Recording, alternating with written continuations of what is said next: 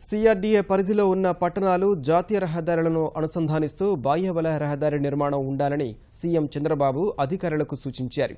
భవిష్యత్ అవసరాలను దృష్టిలో ఉంచుకుని బాహ్య అంతర వలయ రహదారులు నిర్మించాలన్నారు. సిఆర్డీఏ అధికారులతో సమీక్ష నిర్వహించిన సీఎం 2 రోజుల్లో ప్రణాళికలు సిద్ధం చేస్తే మంత్రి మండలిలో చర్చించి తుది నిర్ణయం తీసుకుంటామని సీఎం చెప్పారు. బాహ్య వలయ రహదారిపై తుది ప్రణాళిక సిద్ధమైతే దీనిపై సవివర ప్రాజెక్టు నివేదికను తయారు చేసి కేంద్రానికి అందించాల్సి ఉంటుందన్నారు. అంతర్వలయ రహదారి నుంచి నగరానికి దారితీసే అంతర్గత రహదారులన్నీ మలుపులు లేకుండా నేరుగా ఉండాలని ముఖ్యమంత్రి సూచించారు. స్పోర్ట్స్ సిటీ ఏర్పాటుపై అంతర్జాతీయంగా పేరొందిన సంస్థలతో చర్చించాలని అధికారులను ఆదేశించారు.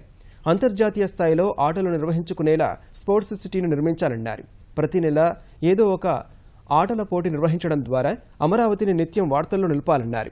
4 రోజుల్లో శాసనసభ మండలి భవనాల నిర్మాణాలు పూర్తవుతాయని అధికారులు సీఎంకు వివరించారు.